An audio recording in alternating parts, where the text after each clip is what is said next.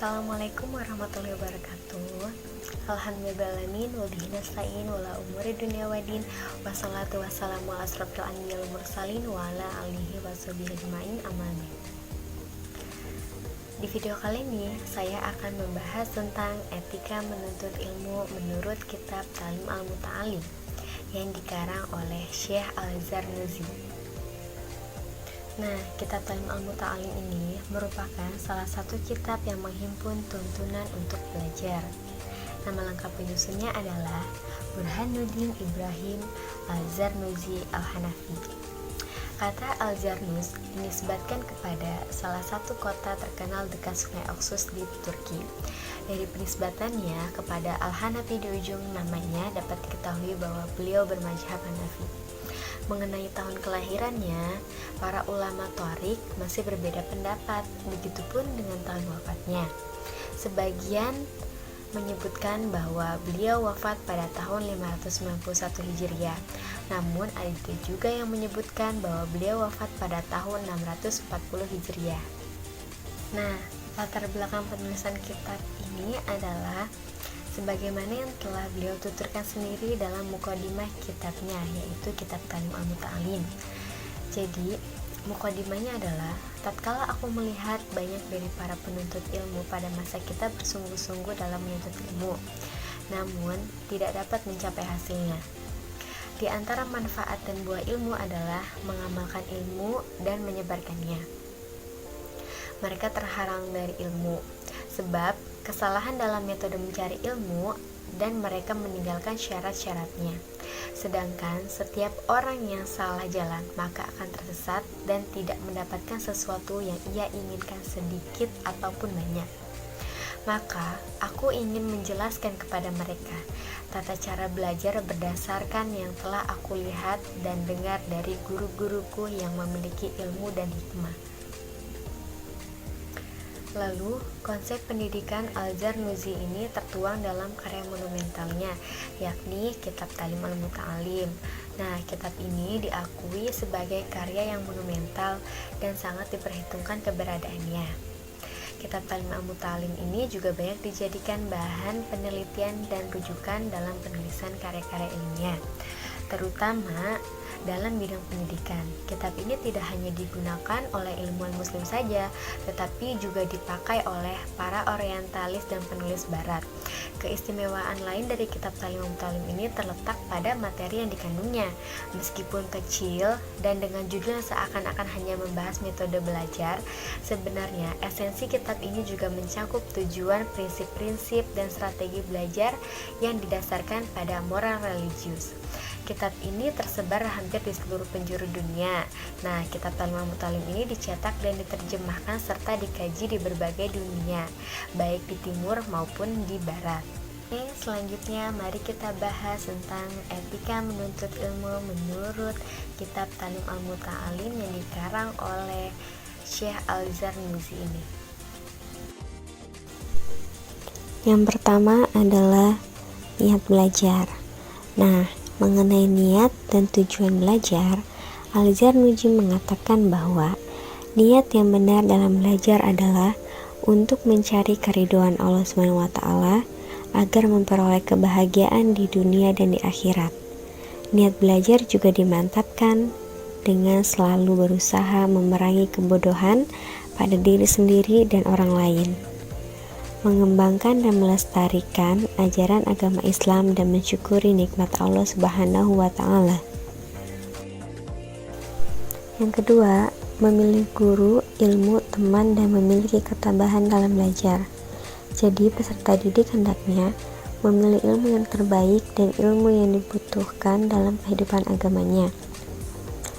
Dalam memilih pendidik, peserta didik hendaknya juga harus sabar dan tabah dalam belajar kepada pendidik yang telah dipilihnya, serta sabar dalam menghadapi berbagai cobaan. Peserta didik hendaknya memilih teman yang tekun, waro, jujur, dan mudah memahami masalah, dan perlu menjauhi pemalas, banyak bicara, pengangguran, pengacau, dan pemfitnah. Ketiga, menghormati ilmu dan ulama. Menurut Syekh Al-Zarnuji, peserta didik harus menghormati ilmu, orang yang berilmu, dan pendidiknya. Sebab apabila melukai pendidiknya, berkah ilmunya bisa tertutup dan hanya sedikit kemanfaatannya. Sedangkan cara menghormati pendidik diantaranya adalah tidak berjalan di depannya, tidak menempati tempat duduknya, tidak memulai mengajak berbicara kecuali atas izinnya, tidak bicara macam-macam di depannya, tidak menanyakan suatu masalah pada waktu pendidiknya lelah, dan tidak duduk terlalu dekat dengan pendidiknya sewaktu belajar, kecuali karena terpaksa. Lalu, menghormati ilmu adalah menghormati pendidik dan kawan serta memuliakan kitab. Oleh karena itu, peserta didik hendaknya tidak mengambil kitab kecuali dalam keadaan suci. Demikian pula dalam belajar, hendaknya juga dalam keadaan suci, sebab ilmu itu adalah cahaya. Lalu yang keempat, sungguh-sungguh kontinuitas dan memiliki niat yang kuat. Jadi peserta didik harus sungguh-sungguh dalam belajar dan mampu mengulangi pembelajarannya secara kontinu pada awal malam dan di akhir malam, yakni waktu antara maghrib dan isya dan setelah waktu sahur. Sebab waktu-waktu tersebut adalah kesempatan yang sangat memberkahi. Kesungguhan minat yang kuat adalah merupakan pangkal kesuksesan. Oleh karena itu, barang siapa mempunyai minat yang kuat untuk menghafal sebuah kitab misalnya, maka menurut ukuran lahiriahnya, tentu ia akan mampu menghafal separuhnya, sebagian besar, atau bahkan seluruhnya. Lalu selanjutnya yang kelima yaitu tertib. Menurut Syekh Al-Zarnuji, belajar hendaknya dimulai pada hari Rabu, sebab hari itu Allah menciptakan nur atau cahaya. Nah, bagi pemula atau anak usia dini, hendaknya mereka mengambil pelajaran yang sekiranya dapat dikuasai dengan baik setelah diulangi 2 kali. Lalu yang keenam, tawakal kepada Allah. Dalam belajar, peserta didik harus tawakal kepada Allah SWT dan tidak tergoda oleh urusan rezeki. Peserta didik hendaknya tidak digelisahkan oleh urusan duniawi, karena kegelisahan tidak bisa mengelakkan musibah, bahkan membahayakan hati, akal, badan, dan merusak perbuatan-perbuatan yang baik. Oleh karena itu, hendaknya peserta didik berusaha untuk mengurangi urusan duniawi. Yang ketujuh adalah pintar memanfaatkan waktu belajar. Masa belajar adalah semenjak dari buayan hingga keliang lahat. Adapun masa yang cemerlang untuk belajar adalah awal masa muda. Belajar dilakukan pada waktu sahur dan waktu antara maghrib dan isya.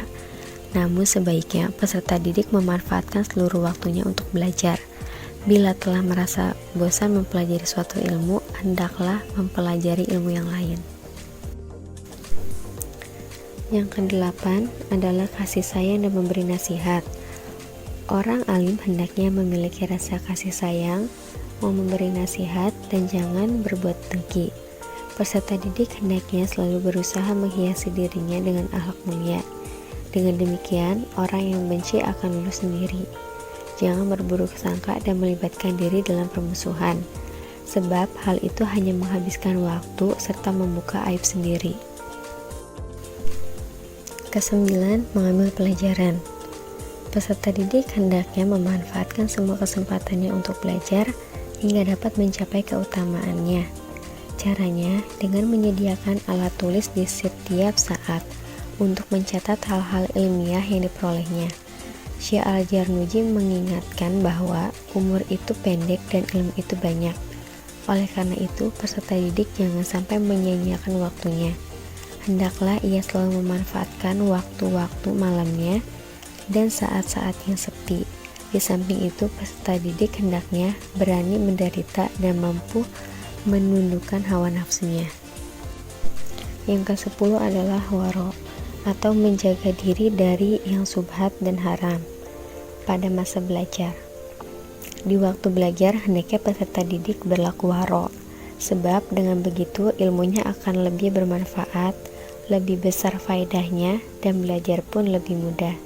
Sedangkan yang termasuk perbuatan waro antara lain menjaga diri dari terlalu kenyang, terlalu banyak tidur, dan terlalu banyak berbicara hal-hal yang tidak bermanfaat. Selain itu, jangan sampai mengabaikan adab kesopanan dan perbuatan-perbuatan sunnah. Ke-11, penyebab hafal dan lupa. Upaya untuk memperkuat hafalan adalah melalui kesesungguhan, kontinu, mengurangi makan, melaksanakan sholat malam, membaca Al-Quran, banyak membaca sholawat Nabi, dan berdoa sewaktu mengambil buku serta seusai menulis. Adapun penyebab mudah lupa antara lain perbuatan maksiat, banyak dosa, gelisah karena urusan-urusan duniawi, dan terlalu sibuk dengan urusan-urusan duniawi. Lalu yang terakhir adalah masalah rezeki dan umur. Jadi peserta didik perlu mengetahui bahwa hal-hal yang bisa menambah rezeki, umur, dan lebih sehat, sehingga dapat mencurahkan segala kemampuannya untuk mencapai apa yang dicita-citakan.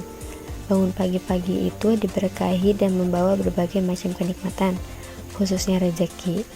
Banyak bersedekah juga bisa menambah rezeki. Adapun penyebab yang paling kuat untuk memperoleh rezeki adalah sholat dengan ta'zim khusyuk, sempurna rukun, wajib sunnah, dan adatnya. Di antara faktor penyebab tambah umur adalah berbuat kebajikan, tidak menyakiti orang lain, bersilaturahmi, dan lain sebagainya. Demikian video yang saya buat, kurang lebihnya mohon maaf. Akhirul kalam, wassalamualaikum warahmatullahi wabarakatuh.